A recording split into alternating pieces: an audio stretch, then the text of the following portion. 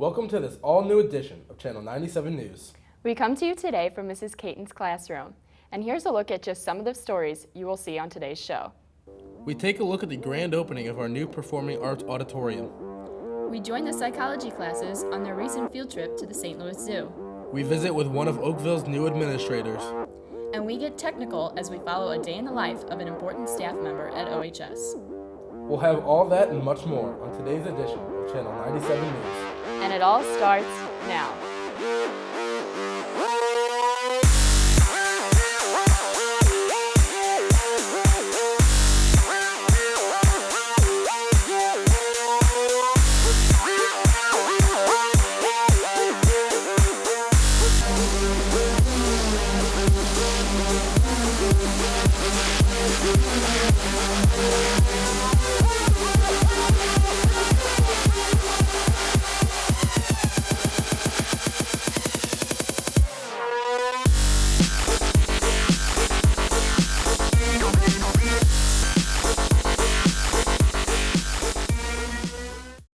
Welcome back to Eyes on the Tigers, Channel 97 News. I'm Adam Rowland.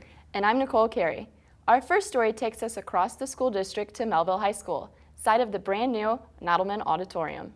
The William B. Nodelman Auditorium opened its doors this week. The OHS Orchestra performed at the grand opening last Wednesday, and the OHS choirs will hold their fall concert there next Monday. Dr. Swanger has let us use the auditorium twice now for just rehearsal for Fifth Block Orchestra, and the students have been so excited about that opportunity. We're really excited to use a new space. It's really pretty and it's really nice to sing in because it's so open and it was made with, music ensembles in mind, and so I think it'll be a really fun place to sing. Although the entire performing arts department will be able to use the auditorium, one performance group will be impacted the most.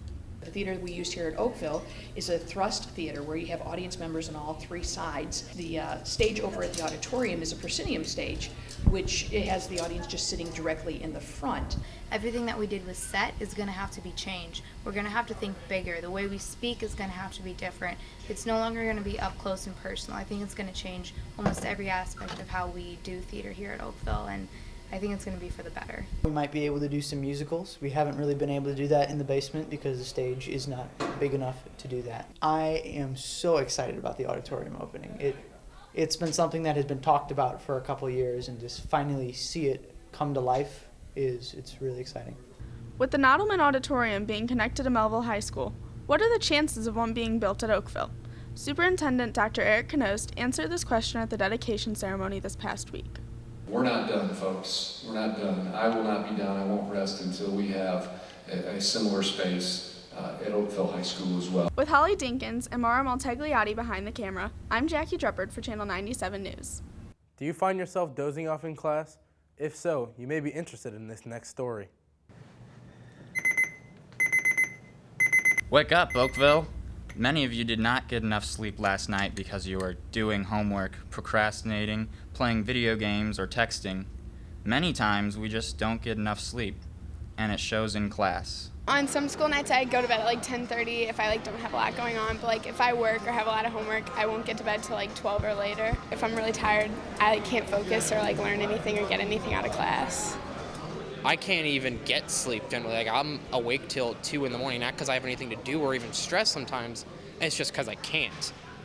I've lied there and I've tried and it just doesn't happen, and it's frustrating and I just want to sleep, but I can't. And what do teachers do about this? I try to wake them up, make sure they're following along. If it's get really bad, you can use little tricks like, why don't you go up and get a drink of water, try to get them up and get them moving around. One of my expectations is that they're fully awake all the time, paying attention to the material that's being delivered. One local doctor explains how getting more sleep can help a teenager. The biology of high school students is that their brains want to go to bed a little bit later and get up a little bit later. That's called the circadian rhythm. And by having school start a little bit later, an hour or two later, you're aligning their circadian rhythm with their day-to-day function. Consequently, they have better performance. The biggest thing we're seeing now is not a disorder, but the fact that teenagers are taking technology into their bedroom. It's an epidemic, sleeping with their smartphones, texting all night long, computers, laptops in their bedrooms or even in their beds. So these are big issues to attend to. With photographer Nick Van Winkle, I'm Jacob Lapina, reporting for Channel 97 News. Psychology classes took a recent field trip to the St. Louis Zoo, and they were there to look at more than just the animals.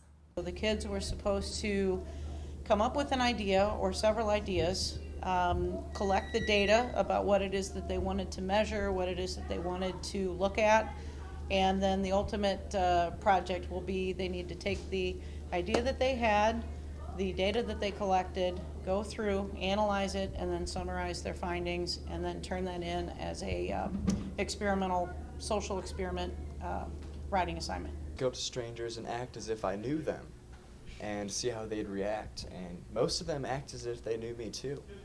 Along with Miss Caton, Mr. Abusi and Mrs. Marriott took their Intro to Psychology and Applied Psychology class to the zoo. The Intro to Psychology classes, the one thing was talking about how operant conditioning and basically training through, training the sea lions, how they were going to observe that in real life practice with the use of rewards, which that reward being fish, for them to do certain behaviors that were both biologically and naturally kind of needed for the trainers to make sure that they were healthy. That was one example. Other things that we ended up doing were the scavenger hunt, where they had a huge packet of questions and specific destinations so that they could go around and observe operant conditioning and classical conditioning. I think the overall experience of seeing it in real practice is what's important. It's not just what's happening as far as lectures within a classroom. Because at the end of the day, it's all about, getting out, seeing stuff that you haven't seen, enjoying yourself, and still getting some work done too. And at the end of the day, that's what we did. We got some work done, we had fun. Addison Dodge, I'm Ashley Olson for Channel 97 News. We'll be right back after this important message.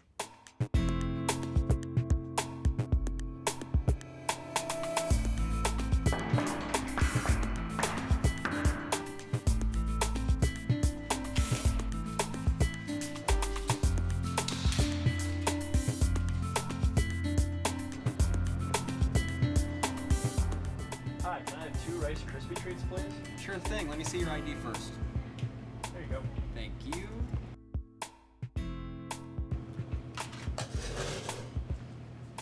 Sir, can I see that ID? Sure, officer.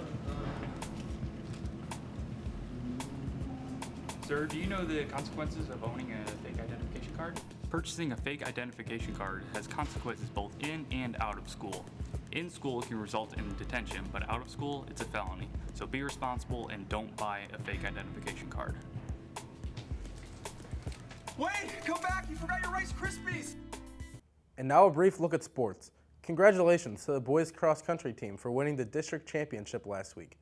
They advanced to sectionals this Saturday at Parkway Central.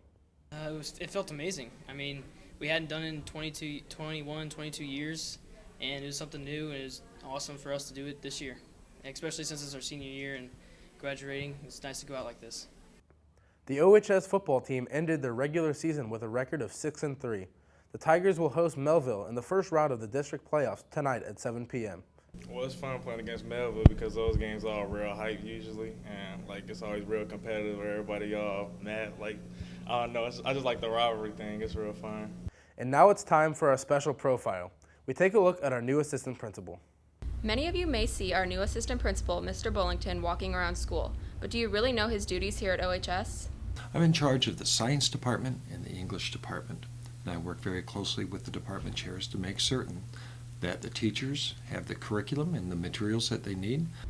But what does Mr. Bullington do outside of school? His answer may surprise you. I love to be with my family, be able to get out and either go walking, going hiking, or biking.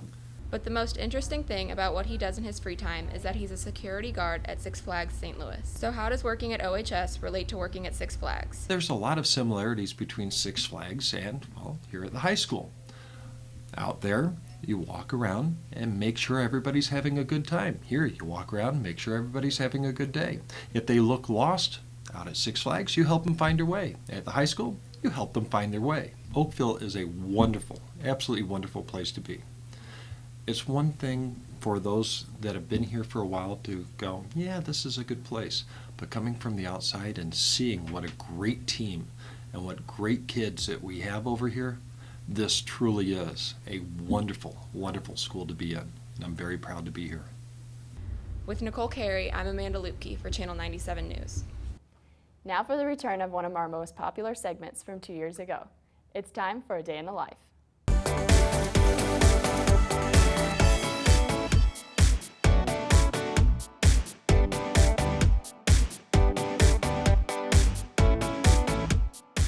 Hi, I'm Anna Kramer. And I'm Annalise Richter. And today we're going to take you into the day of the life of a tech guy. Let's take a closer look. Many people at Oakville don't know who the tech guys are or what they do. The tech guys help OHS in many ways, like fixing projectors or running cables. The cables are used to connect our network closets back to the rooms or network closets back to the video cameras, depending on what we're using it for, what we're running it for. It could be wireless, like I said, the cameras, teacher computers, or their phones. Hello, this is Rob. What do you need? You need me to run some cables? Okay, got it. On my way.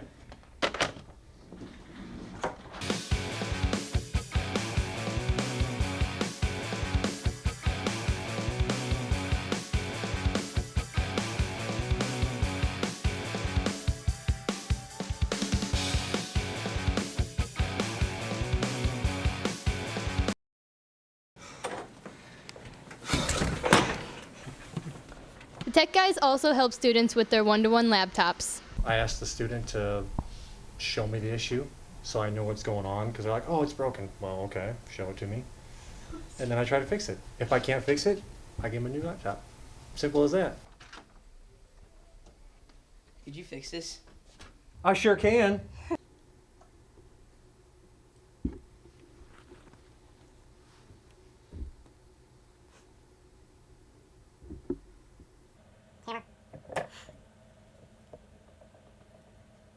Saw.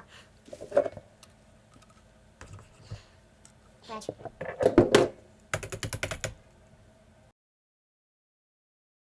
Here you go. Thank you. That's about it. I'm Annalise Richter. And I'm Anna Kramer. For Channel 97 News. And now it's time for another commentary by Robbie Obradovic. Hey.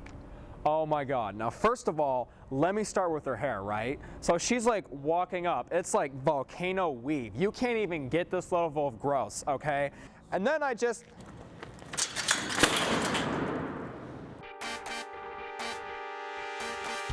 Why is it that when no matter what's going on, someone has something to complain about? It's as if people devote their lives to finding imperfections.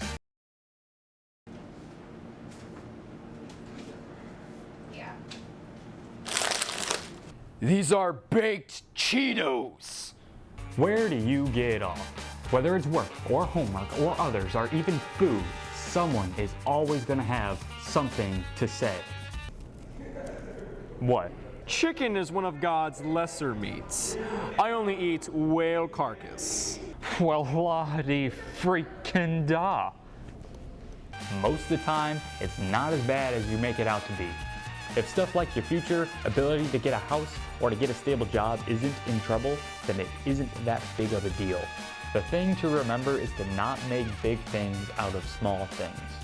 As Bob Marley once said, don't worry, be happy. I'm Robbie Obradovic with Joe Keller Filming, and thanks for listening, Oakville. Oh, and if you still have things to gripe about, here's a list of people you can talk to.